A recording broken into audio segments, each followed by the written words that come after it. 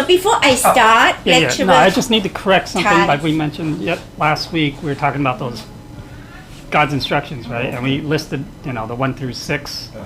5, we said the wrong thing. It's although it did talk about 5 precepts, but it's actually we have to escape the 5 elements. Okay, Right. we have to transcend the 5 elements. Okay, but it did also mention the 5 yeah. precepts. But it's Wait. the main thing What is is it? 五行? yeah, tell total machine. Yeah, so we have to escape, That's the 5. transcend the 5 elements. Yeah, 5. Okay, thank you, lecturer Ty. So before I begin, I'd like to thank the grace of heaven, virtues of the masters, the mercy of our grand predecessors, and all transmitters, and everyone in this class for giving me this opportunity to talk about how to cultivate the Tao to change our fate. Okay, so our holy teacher says every sentient being's fate is predetermined based on our past karmas. As soon as we are born, our life destiny has already been set because fate arranges one's life. The composition of fate is the driving power of karma. It is the burden of one's previous life deeds.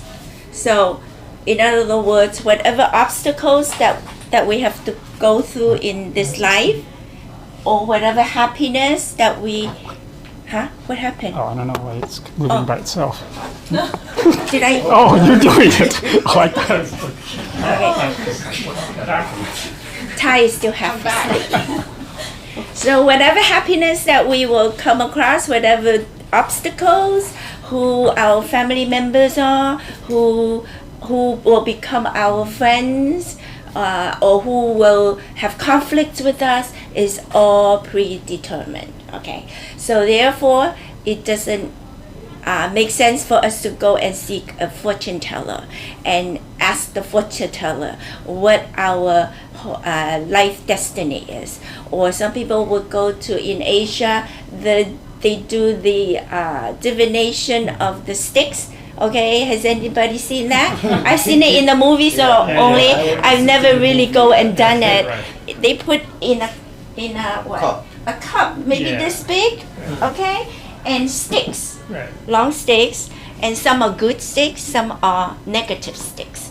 So they will shake, and then one stick would drop down. I saw those. Yeah, and then they would take that one stick drawing a to stick. someone that will explaining translate the the- meaning of that. Okay, so a lot of people do that. Even in America, some of my distant relatives go and seek fortune tellers in Chinatown every single week. Like, is something going to happen to me this week? What should I do? So if they say, oh, don't go to a wedding, or don't go to a funeral, or don't go to, don't get on a plane. Patient in the hospital. Yeah, they will listen. Wow. Even in Hong Kong, it is so popular to seek famous fortune tellers. And they would spend a whole fortune just to get all these predictions from them. Okay. That's why they're fortune tellers. They make the fortune. Yeah. So even American people, what do they follow? The horoscope or palm readers? Yeah, or or Card reading, Tarot. right? Tarot cards, same thing. Okay, we don't need to do that. Okay, because if we are in the Tao, we can change our fate just through cultivation. Okay, to do what is proper and good, we can change all that. We don't need to spend a penny. Okay, because, for example, Transmitter Jin, who seeks 3 famous fortune teller in Taiwan before the Tao, before he received the Tao. So they all predicted he will leave this world at the age of 57. All 3 of them say that. How old is he today? 95? 94?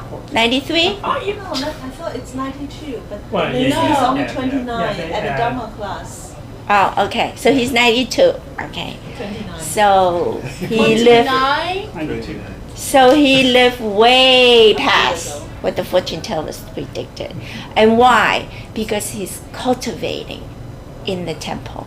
He's practicing what he teaches. He's what? he's doing Dao affairs. Okay, he travels with every Dharma class. He brings a lot of people in to receive the Dao, and that's how he changed his fate. Okay, so that's one example. Yeah, I mean, the people who, I mean, if we follow the fortune tellers thing, I mean, it becomes like self-fulfilling. I mean, they'll tell you stuff, and then if you, I mean, obviously, if you listen and you follow it, then, you know, they're telling you what to do, how you live your life, right? Yeah. And so people don't realize they can change that. They don't have to follow that, right? Right. I mean, it's true that there are certain things that, you know, maybe they can predict the karma, you know, things that'll happen, but you ultimately you can't just by following their instructions. You know, don't go to this and that. It's not going to change your fate. Yeah, it's yeah, you know, even though we know that, okay, we have a limited time lifespan in this world, right? But it's not fixed. That's the key thing. It's not 固定. It's not fixed. Say, oh, you must.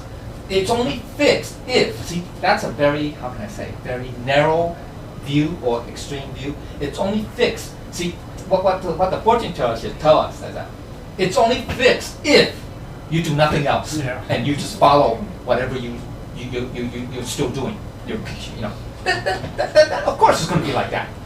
But between now and then, you have free will. You still can change. So that's why they say fate is in your destiny is in hands. your palm of your hands. Yeah. It is true. So that's also true.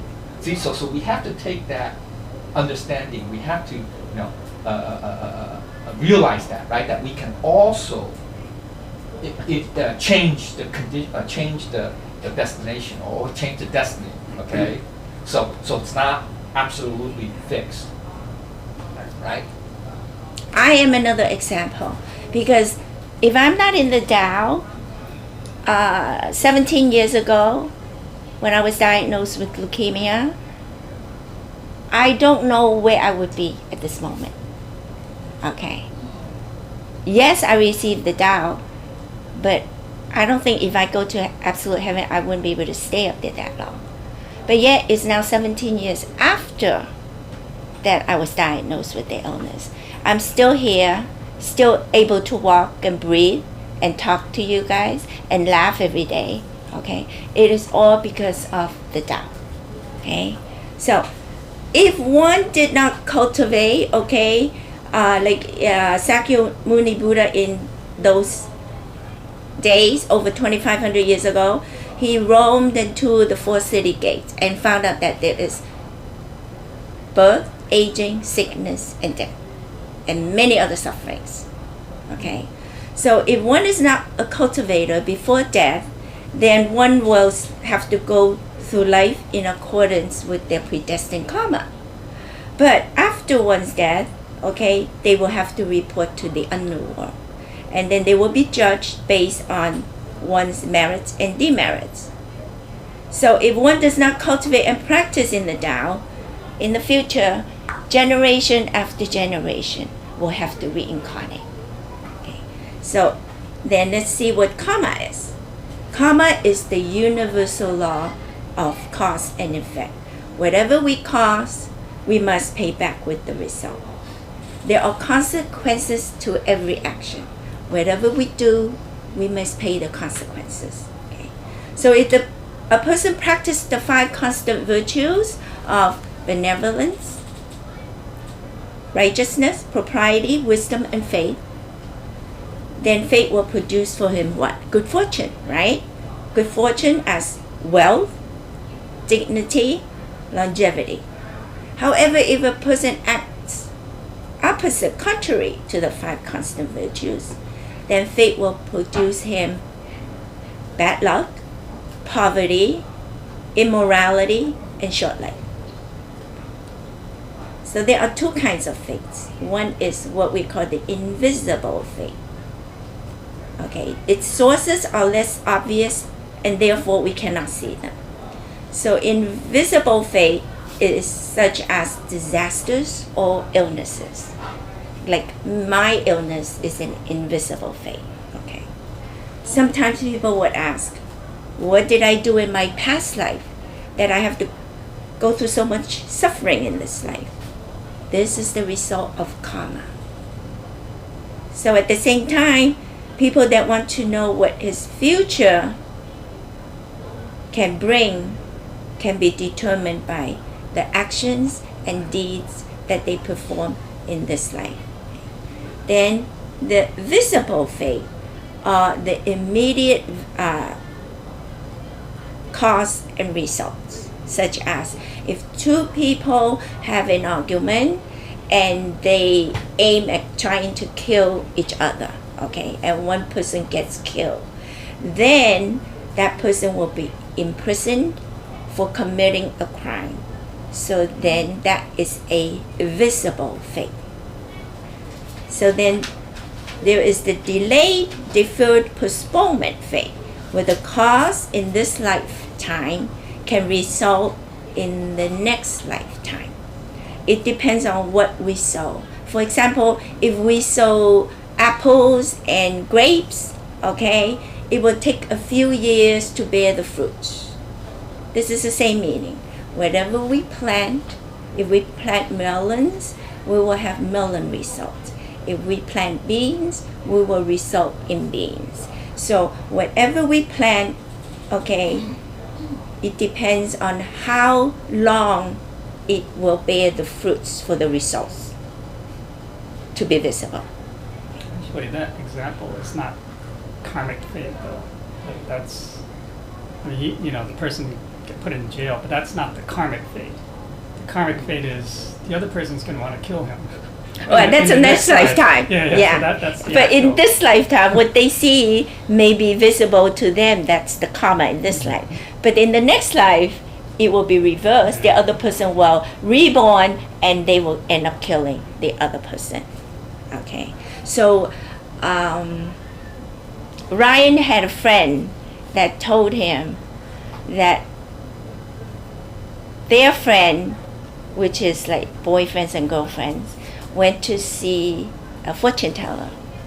So the fortune teller said to the guy, the boyfriend, "Do you have a scar here?" He goes, "Yes, I was born with it." And so the fortune teller said to the boyfriend, "That scar was due to your girlfriend from the past life, which is the girlfriend in this life, that had put a bullet in the boyfriend." Does that give you the heebie-jeebies? Oh my goodness. They're together. Okay, they're Okay. together. I said, "Oh, that is scary." So you never know how that relationship So are will they work still out together? in In this this life. life. I don't know. That was told to me. That was karmic affinity, yeah. You know, your boyfriend, girlfriend, They probably Yeah. or your be husband, together wife. in See, the it future. just, Family. it's not just in one life. Yeah. It's based on previous Yeah. life. So that's why it's not random. It's not really. So that's why some people are attracted to certain people. Right? Yes. It's weird, huh? It's kind of scary too. when you Yeah. think Well, there's like Holy Teacher said, when two people are like, Holy Teacher says when we look for boyfriends and girlfriends, it's not just the meaning of looking for boyfriends and girlfriends. Oh, I want you to be my girlfriend. There's a magnet that's pulling two people together. Affinity, karmic affinity. Yeah. Okay. So that is scary. So the Holy Teacher says, before one receives Tao, it is true to say that fate's determination will conquer a person. After one receives the Tao, it can be said that a person's determination can conquer fate. One has the ability to recognize what is right and wrong, to distinguish the difference between good and evil, to recognize one's errors. Oh. Sorry.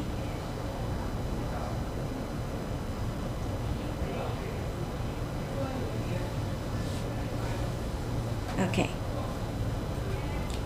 I lost my spot. Sorry.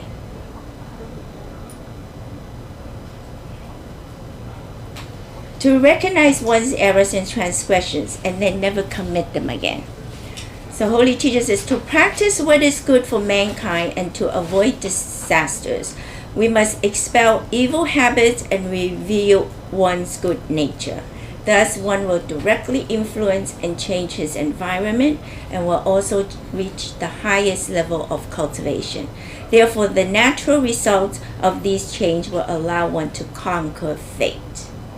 Most people don't understand these principles, and they are plagued by worries, vexations, anger, and idleness, which will only result in illnesses and being sent to jail if we commit crimes. So how to conquer fate? Holy Teacher says, 1, we can make changes to our fate by self-cultivation and self-improvement. Always be grateful and repent more. We can reverse the situation a little by little. 2, we should always keep a joyful heart. If we have a joyful heart, good luck and good fortune will come our way. When our fortune is running low, we tend to encounter bad things, obstacles in our life. Therefore, as long as we keep a joyful heart, a happy heart filled with Dharma, natural good things will happen around us. As long as we devote our whole heart and all our effort, God will naturally give us help, even if we do not ask. However, if we do not set our feet on solid ground with sincerity, it is useless to beg God for something. God is always fair. This not only applies to having a joyful heart and mind for ourselves, but also for all sentient beings, more important for sentient beings. This is where the immeasurable minds comes in, what Lecturer Lu had discussed in the Buddha Nature class. There is the infinite loving kindness. We will give love and happiness to other people.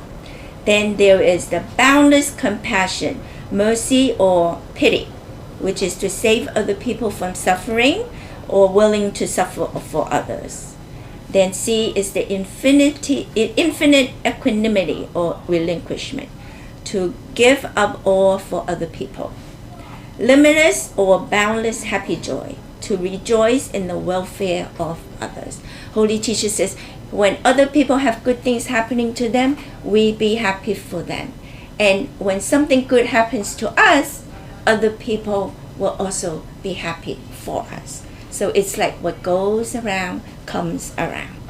Okay? So if somebody else have good things happen to them and we envy them or we are jealous, then when we have something good to happen to us, other people will also envy and be jealous of it. Okay? So always be happy for other people.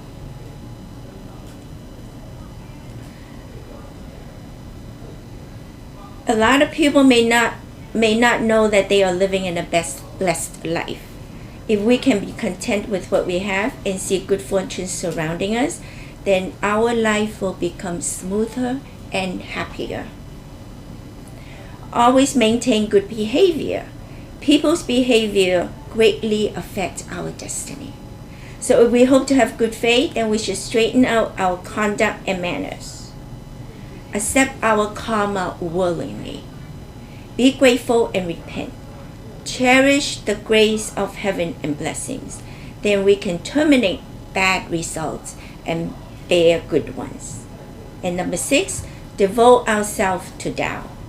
Everyone wishes happiness and perfection, to have a good, healthy, and peaceful life. Only with our commitment and sincerity in Tao will our wishes be fulfilled. Our Holy Teacher says, everything is in our hands. Success or failure is in our control. So what is important is to change our thoughts within. When we have a thought change for the better, we are immediately in heaven. Everything we need is here, now. Whenever we are in despair and cannot find help from any source, we always turn to God. Do not think that God does not respond. Actually, the responses come from the people around us. When we can shoulder responsibility, God will give us a chance. We will get even more chances if we accept them without complaints or grudges. 4. Cultivating practices. These are cultivating practices which will start to change our life, will allow us to avoid disasters and turn toward blessings. First, we must get rid of the 3 poisons, which are greed, anger, and ignorance, and this will result in reincarnation. So in order to get rid of greed, we must give what? Charity, right? It will offset the greediness. Giving is a form of compassion and kindness. Anger, to offset anger, we have to have patience and tolerance under insult to tame our temper. Ignorance, we must let go of the ego. Okay, and then wisdom will be gained and ignorance will be vanished. Holy Jesus says, one should not commit the 10 evils of killing, theft, lust, boasting, gossiping, or stirring up trouble between people. Okay, using abusive language, using profanity, 3 poisons, and having evil thoughts. We must get rid of all these 10 evils. And we must guard the 5 disciplines of no killing, no stealing, no lust, no lying, and no intoxicants. We must conform to the 5 constant virtues of benevolence, righteousness, propriety, wisdom, and faith. All these will produce good or bad fortune, blessing or disasters, wealth or poverty, longevity or short life for us. Okay? So the Buddhas do good deeds in secret and do not do evil deeds. They bear happiness and do not have worries. Buddhas also does what benefits sentient beings and not others.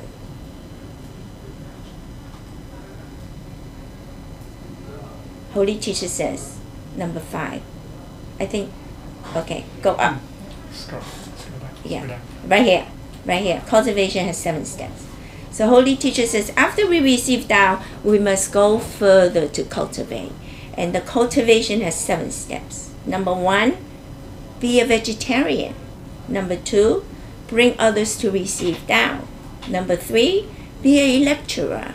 Number 4, establish a temple. Number 5, propagate the Tao, to plant the seeds, to bring Tao to other areas. Number 6, be a talented person, a person of ability. And number 7, 3 types of giving. The giving of monetary giving, giving of teaching, and the giving of time and effort. These 7 stages is the shortcut to becoming a Buddha, and also a way to accumulate merits and establish virtues. So let's talk about vegetarian first. Some people ask, as long as we have a good heart and mind, why do we need to be a vegetarian? Holy Teacher says, actually, being a vegetarian has nothing to do with whether our heart and mind is good or not, but to understand the law of cause and effect, a healthy body, and the question of whether we want to become a Buddha. Nothing is more dirty and filthy than eating meat in this world. Nothing is crueler than taking an animal life. Animals that eat meat, if we notice, are much more fierce and malicious compared to animals that eat grass, that are more gentle and kind-hearted. All vegetables and fruits in our body is to treat illnesses. From a physiology aspect, it is to prevent diseases. From a psychology aspect, it is to remove illnesses. Vegetarian is encouraged and recommended in most countries nowadays. Lecturer Lu from the Buddha Nature class says, a cemetery is to bury dead bodies. So when one eats meat, our stomach becomes, or our intestines become the cemetery for those dead animals that we eat. Okay, when you think about it, it's kind of gross. To say that if you don't understand meat, when you consume meat, it takes such a long time to digest, so the meat stays in your body just like a burial ground. So that's what it actually means. It's not like you eat it and then you go to the bathroom and it's gone. It stays there for sometimes a whole week or more. Yeah, so if we notice when we eat lots of vegetables, okay, we go to the bathroom within an hour. And many times during the day. But if one eats meat and not too much vegetable, some of them get constipated for a whole week. Think about that. Well, yeah, but partly if you eat too much iron-rich food, you get constipated too. You know that like spinach. You eat too much spinach. Yeah, be careful. Yeah. Be careful. I always like to mix No, all it's true. different vegetables. Yeah. Okay, so fiber is Dates super too. important. No, but dates have a lot of fiber. Right, yeah. But see, when you consume vegetable seed, you know the regulation changing. So one meal push down the out. So it's better to eat meat instead, so you stay healthy. Yeah, so we as vegetarian will never have that problem of constipation. Well, usually people that eat a lot of meat, right, consume a lot of what? Well, we have to make it more specific. Usually, people who consume a lot of processed meats and or meats that are cooked over like a fire, like grill, Like a barbecue, barbecue. grill. Okay, tend to have higher incidences of colon cancer. You know that? Yeah, because when you cook, you know, like over coals and barbecue, because you burn, right? You burn some of the meat. I mean, you know, you do burn. I mean, you end up burning some of it. I mean, some of it. And if you ingest that, because that, you know, that's a burn, you know, and it gets lodged, you know, it gets lodged, or it takes a long time to go to your specific large intestine. Yeah. So it gets, you know, so something stays a long time, and believe you me, the temperature inside your intestine is pretty high. It's at least 90 degrees, 95, right? Our internal heart blood pressure is what? Temperature is 98, right? 98? 98. Or 33 degrees Celsius, or 30 something Celsius. So under that hot and semi-moist environment, bacteria flourish. And then what happens? And toxins. And then they produce toxins. And if that toxins doesn't get flushed away, right? In other words, if you have constipation or whatever, you know, it just festers in there and it's going to affect your intestinal wall. I mean, and that's how you get Colon cancer. Over time. Well, the protein in the meat, when you cook it on the fire, it gets denatured. Breaks down, It yeah, gets denatured. It changes its Yeah, form. it's and that's becomes true. That's true. carcinogenic. Yeah, it's chemical makeup. It changes, and it could transform into a carcinogen-prone molecule or whatever. So that's sad. That's why we shouldn't eat overcooked stuff too. I mean, even vegetables Any too. chards. Yeah. So that's why people say, hey, you gotta eat raw salad, you know, macrobiotic diet, you know, or stress everything's raw. But I mean, that's going overboard too, you know. But you know, I think, you know, in general, don't overcook things, right? You know, especially don't burn the stuff. Don't burn Yeah, the food. they have toxins in there. Yeah. Okay. So number 2 is to bring people to receive Tao.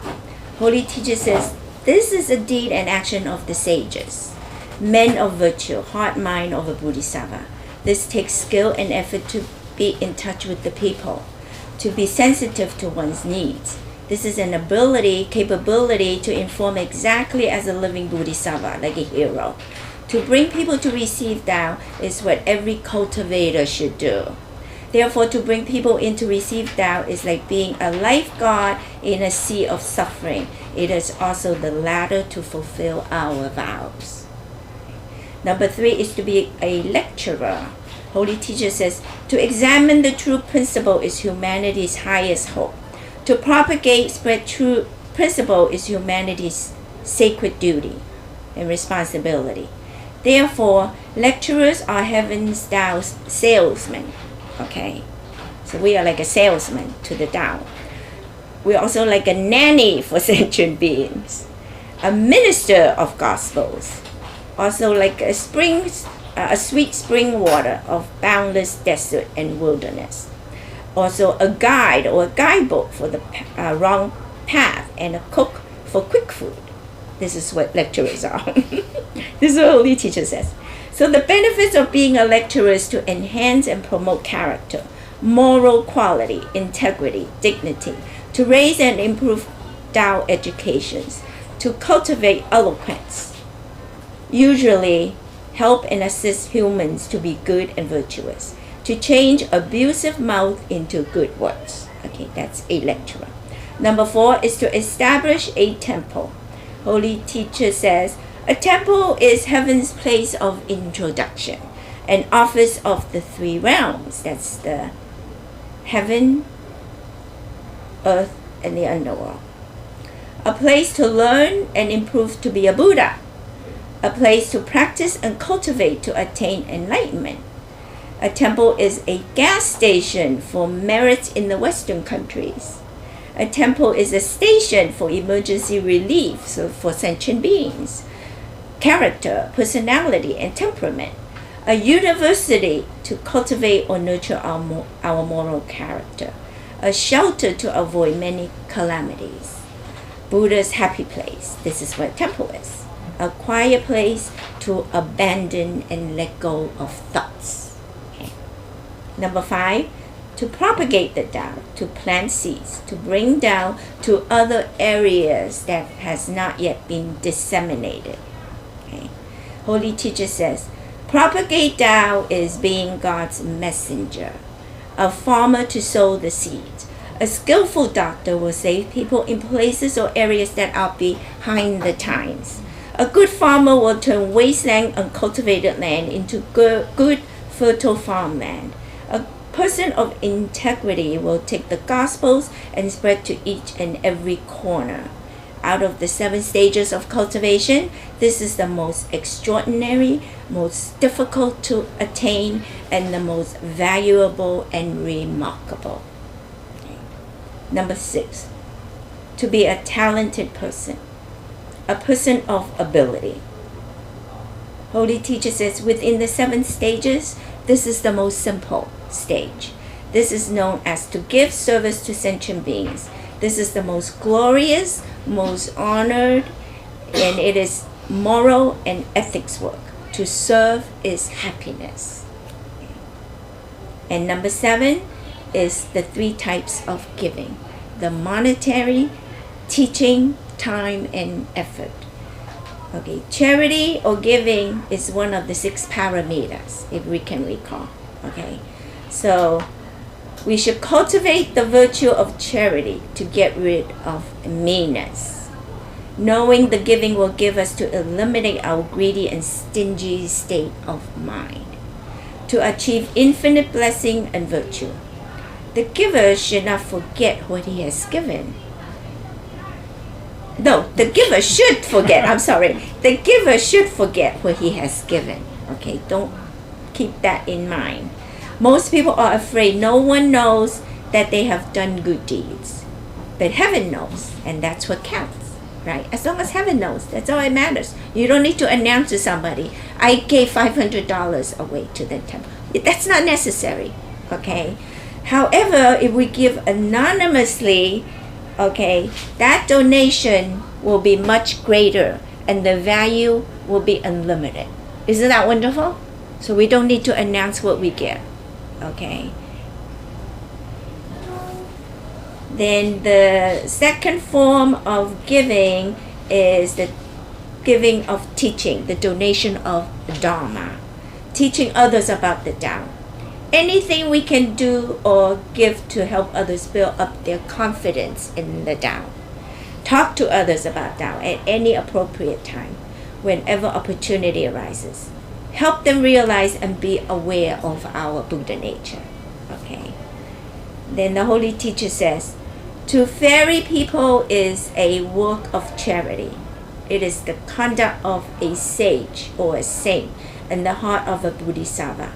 The advantages of being a preacher can improve one's personality, enhance one's good qualities, improve one's eloquence, benefit mankind, help people to do good deeds in daily life and business, and can change malicious words into kind words.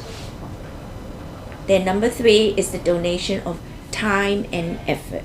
To serve in the sanctuary is the simplest kind of work.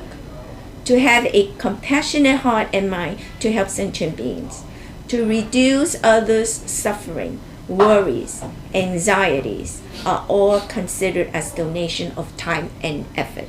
In other words, if one of our friends are going through a hard time, we give them a good ear to listen to. Okay, let them release all that pain to us. Give them a shoulder to cry on. We comfort them with kind and loving words so they will feel better. This is all donation of time and effort. And anything we do in the temple, the cleaning, okay, to help watch the kids, these are all donation of time and effort. Okay, so here is a story about charity. Okay, so in ancient India, well, even in today, every city is divided into slum areas, middle class areas, then the rich and famous areas, right? So even in today's city, it's all divided. So in ancient India, it's no different. It was all divided into ranks, okay? So the highest top rank is the $100 million people that have assets that's worth that much, $100 million, to be able to live in that rank area, which is rank number 10. So here is this millionaire who was already in rank number 9, okay, but he did not reach to the rank number 10 yet.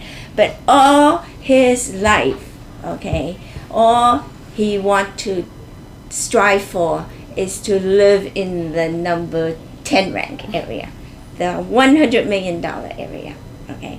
So he devoted his whole life to earning money, okay. But however, before he reached that rank 10, he died. He is at his deathbed. So at his deathbed, he informed his wife, because they have a 7-year-old child. He wanted her to relate the message when he grows up, to take all his fortune and make more money so they can reach to the number 10 rank and move into the $100 million neighborhood. That is what his death hope is, or death wish is. Okay. So when the child grew up, the mother told him, this is what your dad wished for you to do before he died. So the son asked the mother for the key to where they keep the money. Okay, I don't know if they kept it in a vault or a room, whatever. So the mother turned the key to the son. So every day the son would take his dad's fortune and donate it to the poor people. Okay, every day he does this, donate to the poor people, and also help to build new temples and support all the temples. Okay, and that's what he did with every penny of his dad's fortune until then he got sick. The son got sick after all the fortune is gone. The son got sick, and the mother is heartbroken. Oh my God, what can I do? He's donating all the money. There's nothing she can do because her son has the key. So the son died. So the mother is heartbroken. Her husband died. Her son died. And there's no money left. And let's not talk about moving into the $100 million neighborhood. Okay, she doesn't even have a home to live in at this moment. All right. So meanwhile, in the $100 million neighborhood, there is this wealthy millionaire. Okay. So what he's worried about is he doesn't have any children. Okay. So he's worried that when he died, he has no one to leave his money to.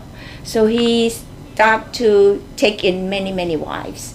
And among one of the wives, this wife would bear him a son. Okay. So when the son is born, the son constantly crying and won't drink any milk whatsoever. And the dad, this wealthy man, is so worried, what is he to do? So he put an ad out requesting for a nanny. Whoever can make his son stop crying and to drink the milk will become the baby's nanny, and will be part of, he will treat them as part of the family. Okay. So then everybody went to be recruited for this job, including the first mother, who is now without family and without home. So she went to try out for this job. So she went to line up, and when it was her turn, she held the baby. It immediately stopped crying.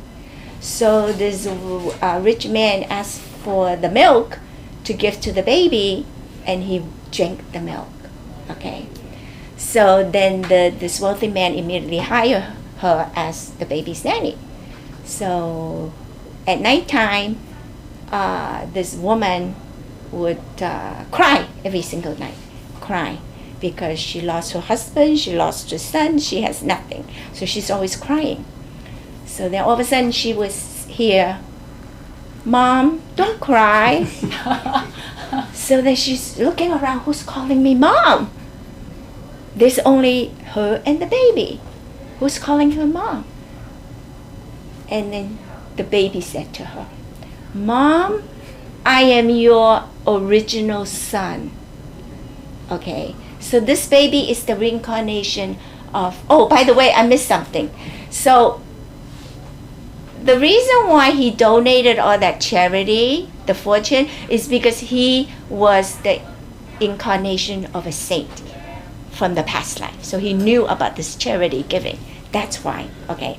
So now this baby said to him, "Mom, don't cry.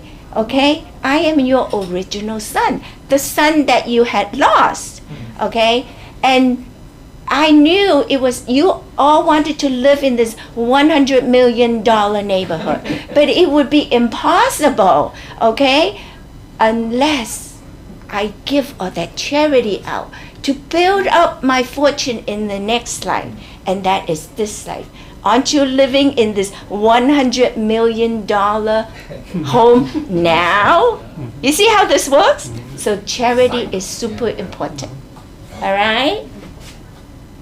So always remember that. So the millionaire's wish is fulfilled now. Okay? So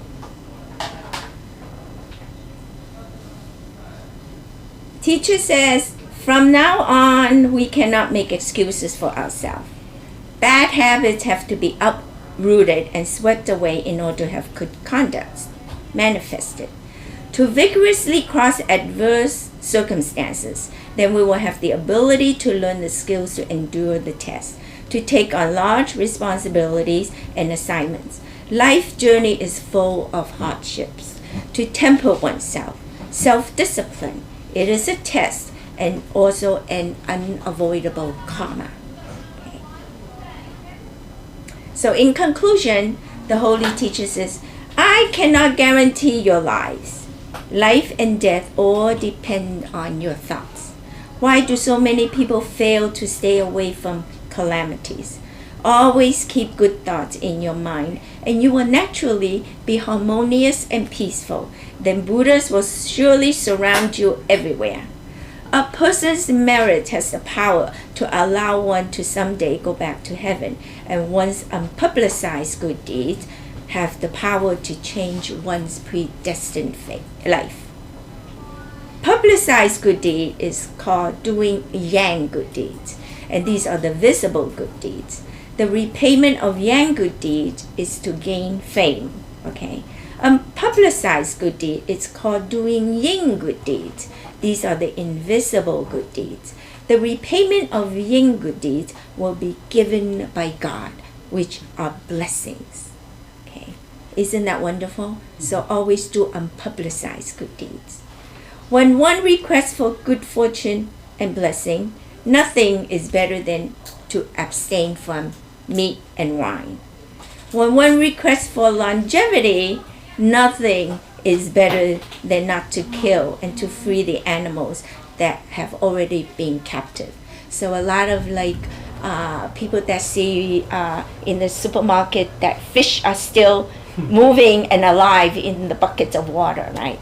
And then a lot of people go and see fortune teller. How can I offset this obstacle? They say, oh, you have to go and free animals that are captive. then they will go to the supermarket to buy all these fish that are still swimming and free them back into the sea. Okay, that's what they mean. Request for peace is nothing is better than to leave quarrels, dispute, to self-reflect daily and always maintain a quiet and calm heart and mind. Request for intelligence, wisdom, nothing is better than to learn widely and listen broadly. Wisdom is the ability to realize one's own mission in life and to awaken from the phenomenal world. If a person enlightens himself, he can then free himself from the entanglement of karma. But when a person gets confused about his fate's goal, then his life will be arranged by fate. Holy Teacher says, to purify one's, move it up, Johnny, to purify one's mouth can cause the karma from one's previous birth to cease and enable one to be a freed Buddha. To ferry or guide people to the way of heaven can help remove the sentient being from the bitterness of life and enable one to be a lenient Buddha, a compassionate Buddha. To be a preacher can help others cease doubting about Tao and make them have faith in Tao and enable one to be a wise Buddha. To set a sanctuary can form good affinity with all sentient beings and enable one to be an auspicious Buddha, a favorable Buddha. To be a pioneer for Tao can spread Tao to different places in the world and enable one to be a Buddha of meritorious virtues. To work and serve people in the sanctuary can make one modest and humble. Work with one's full effort and enable one to be a vivacious Buddha, a lively Buddha. Vivacious, I'm sorry. Vivacious Buddha. Okay. So now I have another story which is called the 30,000 gold coins. Okay. So there was this man who worked very hard in his life. Okay. So he can save for retirement. He saved 30,000 gold coins, many properties, many land, and many treasures. Okay. So he planned to enjoy all his fortunes when he retires. Suddenly, he sees the death spirit approaching him. Okay. Instead of enjoying his fortune, he did not even get to enjoy one little bit because the death spirit is right there already. So he started to negotiate with the death spirit.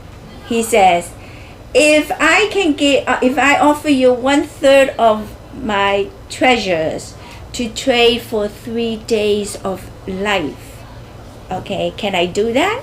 The death spirit says, no. Okay.